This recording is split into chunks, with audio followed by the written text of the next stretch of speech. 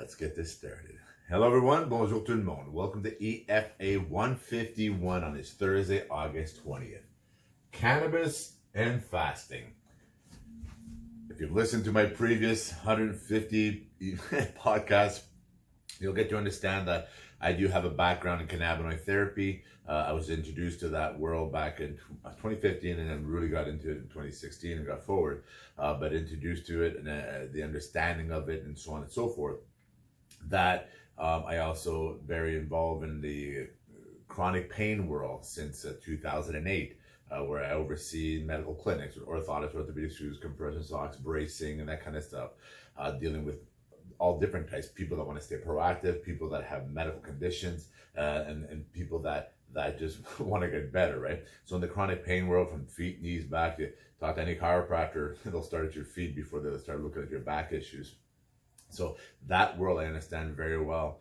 In nutraceutical space world I'm involved in, and then in the fasting space, and those that have been following my my podcast, I've developed my own lifestyle, right? I took everything that I've learned and I put it all together and I intertwined it. And what I found from all this stuff that I've been doing for 15 months now, and studying, let's say 2 years I've been researching before getting into this world and getting my grasp around it, and then living it, experiencing it, modifying, tweaking it, adjusting, adapting, and overcome. And it's okay to pivot. I always say that to people.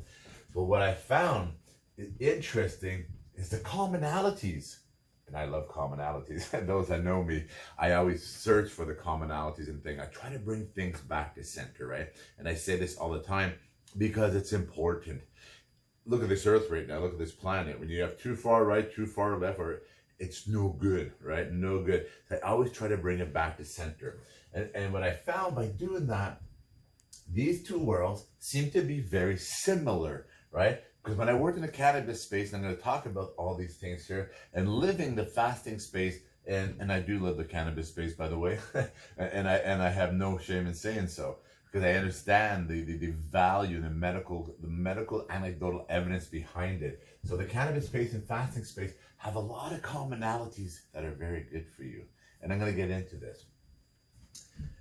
When I say anecdotal literature and data, it's all out there. It's all out there. That smartphone that I'm looking at right now, that shared so much information between countries, between like nations and people and family.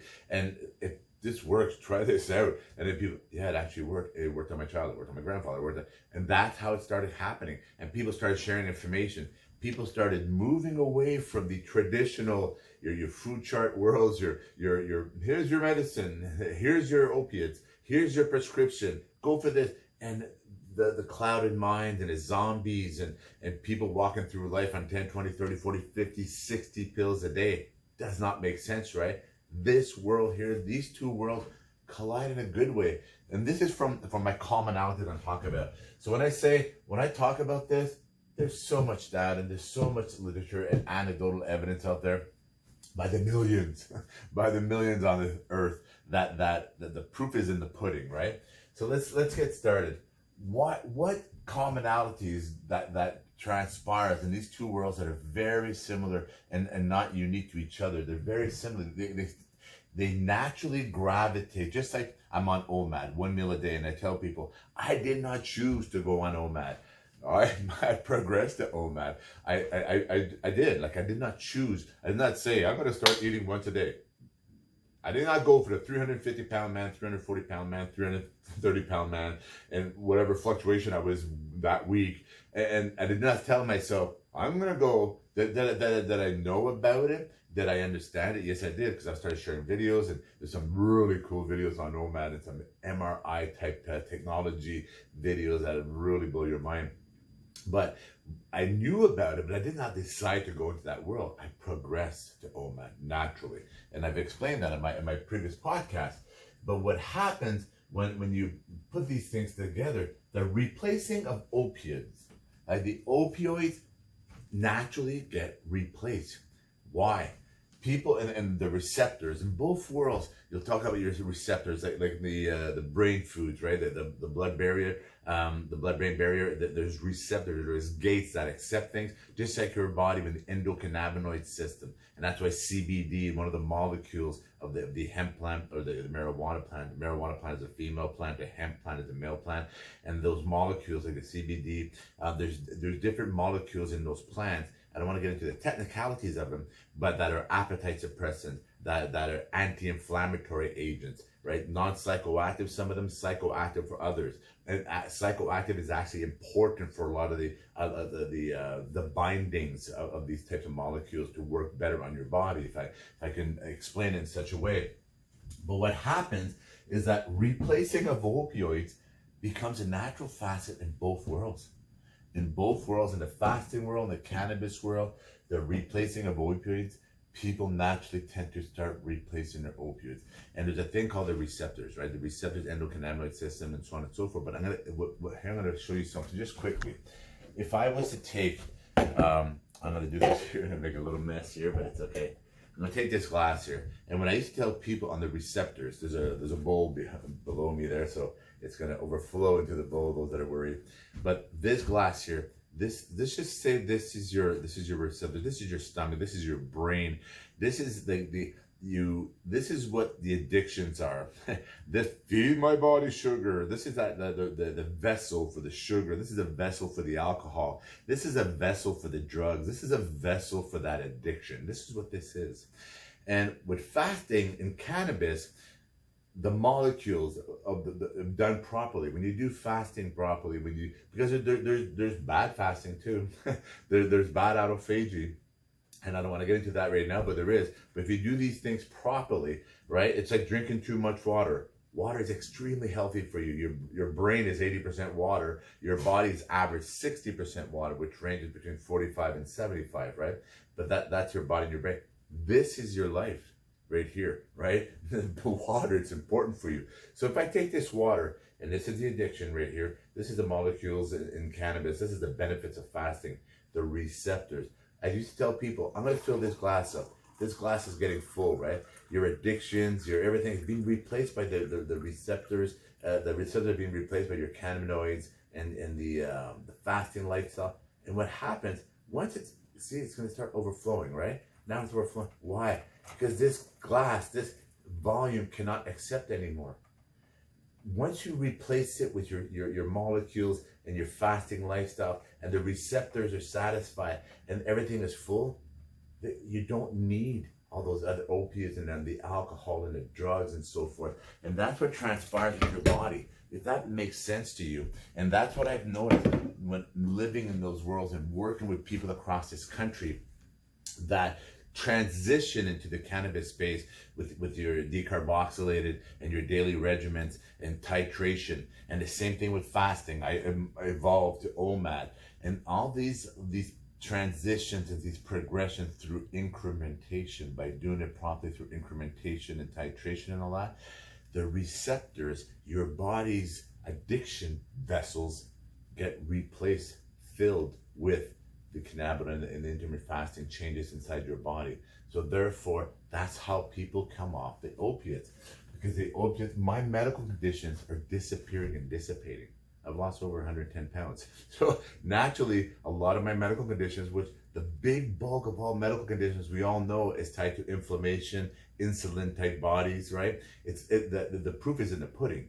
So by me transitioning out of an insulin body, getting rid of all the inflammation type conditions that I was subjecting my body to, losing 110 pounds, my medical conditions disappearing and dissipating, right? So that same thing that transpires between both worlds in cannabis and fasting, the replacing of opiates, it's like incredible. The other thing is increase in nutrient dense nutrition, which is obviously that's what I'm doing. And I've talked about this before, like your dirty vegans, your dirty ketos, your dirty fasting, and people like they fast, but then they load their bodies with junk, right? With processed refined sugars and carbs and artificials and etc. I went all natural, and I talked about this. I live in all natural. It's all natural life as I can. If it doesn't come from the earth, God, and Mother Nature herself, I'm not interested, right? And as much as possible, and I've talked about processed products that come in containers, but they're as natural as they can. That's what I try to live, right? And do I do restaurant foods? Absolutely. But I always look at the menu, try to get as natural as possible. So the increase in nutrient-dense nutrition happens in both worlds, because this little mother here, when that starts disappearing, this knowledge, and the knowledge starts, you're that hunger for knowledge now, you start naturally want to feel better. And those that start understanding this nutrient-dense nutrition, and they start sharing information, just like I'm doing right now with yourselves, and they start sharing information how they feel better much, but what are you doing different? That nutrient-dense nutrition starts kicking in with everyone. And the same analogy that I just did with the glass, right? When your brain, through the blood-brain barrier, the gates, your brain only allows nutrient-dense nutrition into its brain, the border patrol at the brain. And if you're feeding your body just processed and junks and artificials, you're starving your brain. Alzheimer's, dementia, Parkinson's, all these kind of things, the key components that need certain nutrition. But if you feed your body nutrient-dense nutrition, same analogy happens with that glass. It's filled, it's fulfilled, it's satisfied. It doesn't need anything else. That's why I progress to OMAD. That's why people come off the opiates, the receptors, and so on and so forth. And then that increase in nutrient-dense nutrition, when you start understanding what empty calories are and what real calories are, nutrient-dense calories, you start living a different lifestyle. Similar, I'm telling you, identical. Increase in sex or love life, in no particular order. An increase, that both worlds, the cannabis space world, the fasting space world, there's studies out there, there's people that do tons of research on the increase in the increase in the better sex life on cannabis studies. Same thing in the fasting world. Talk to people in the fasting world. Talk to the men with the erectile dysfunction in the opioid world, erectile dysfunction in the obesity world disappears.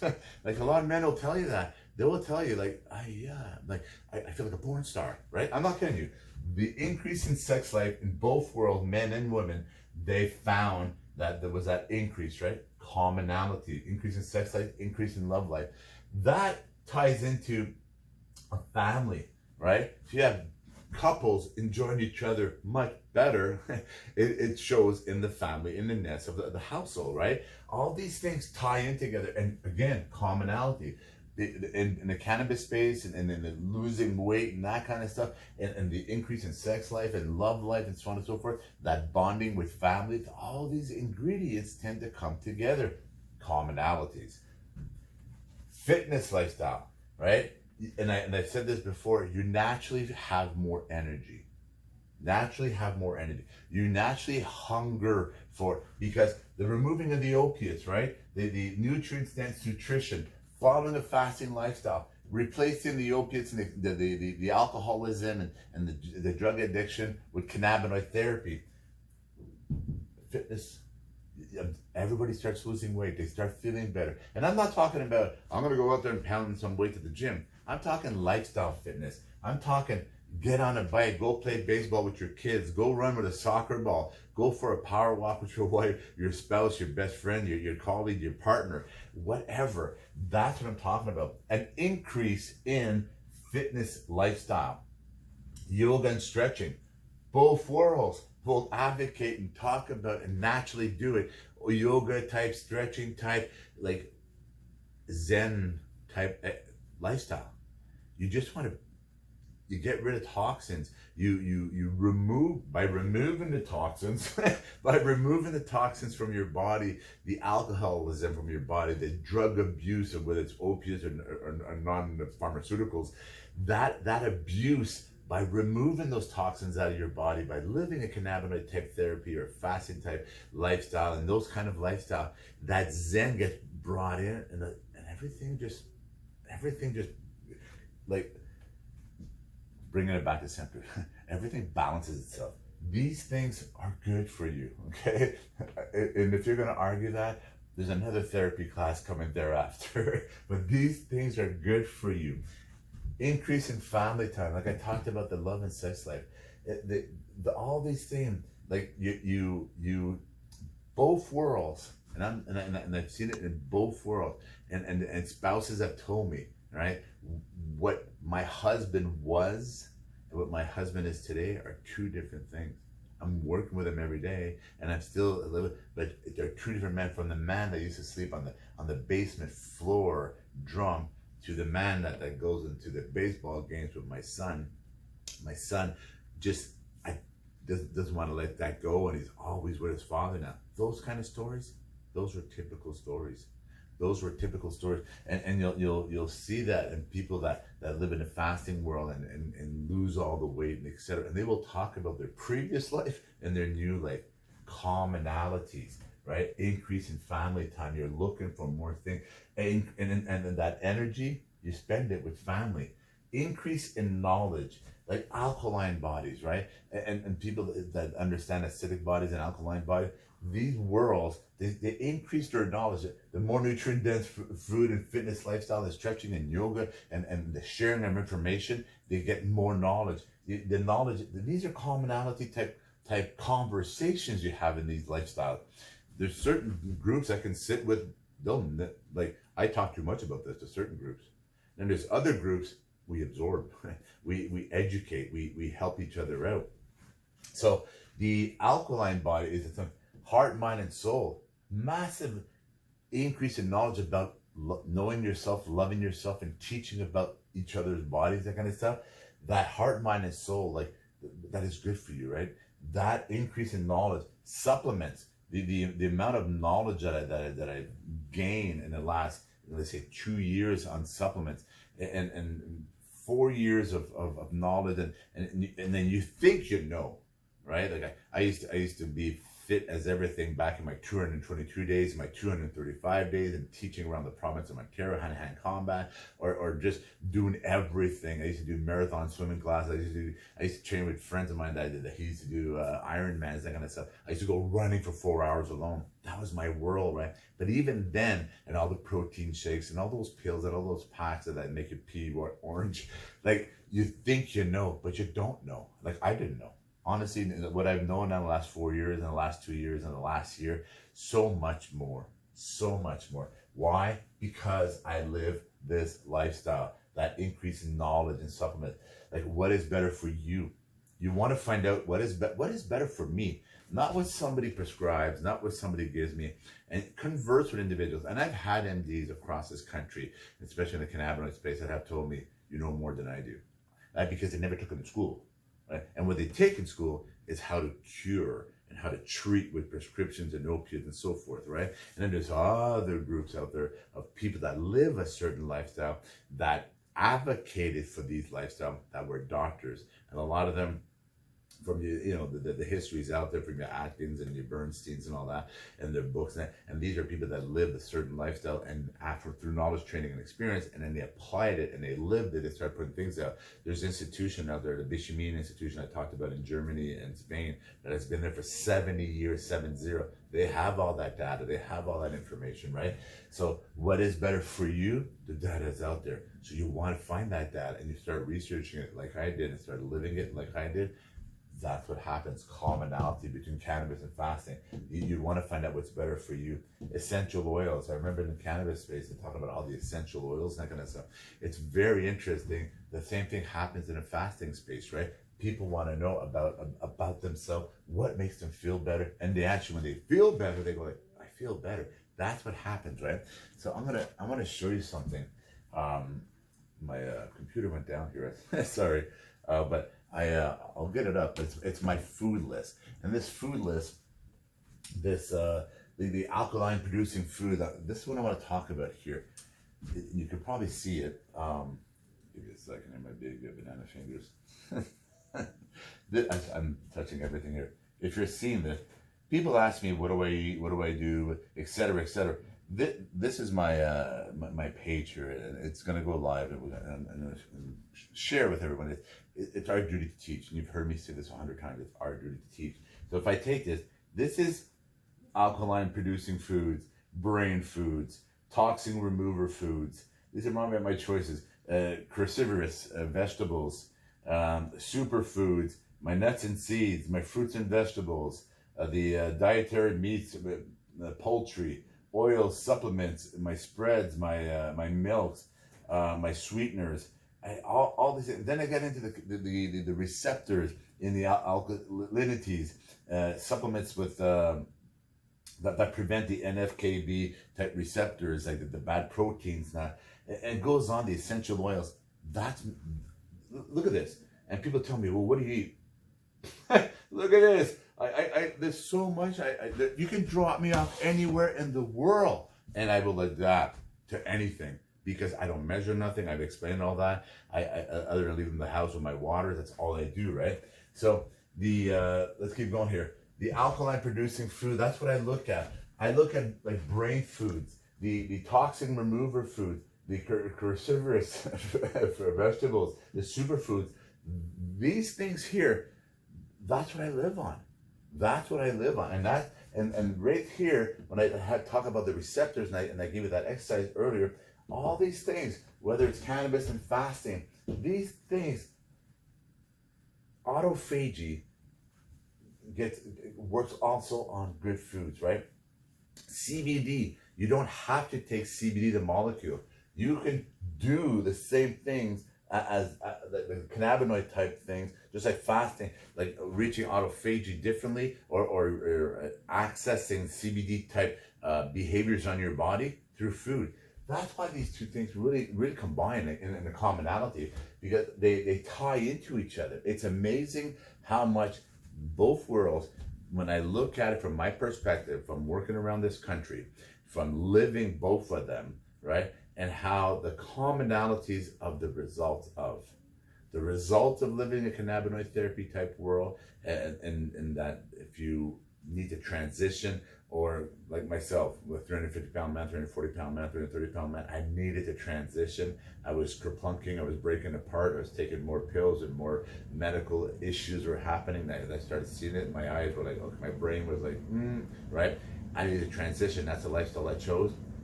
These things are the commonalities, which is overall wellness. Overall wellness is the result of living these lifestyles. That's the commonalities.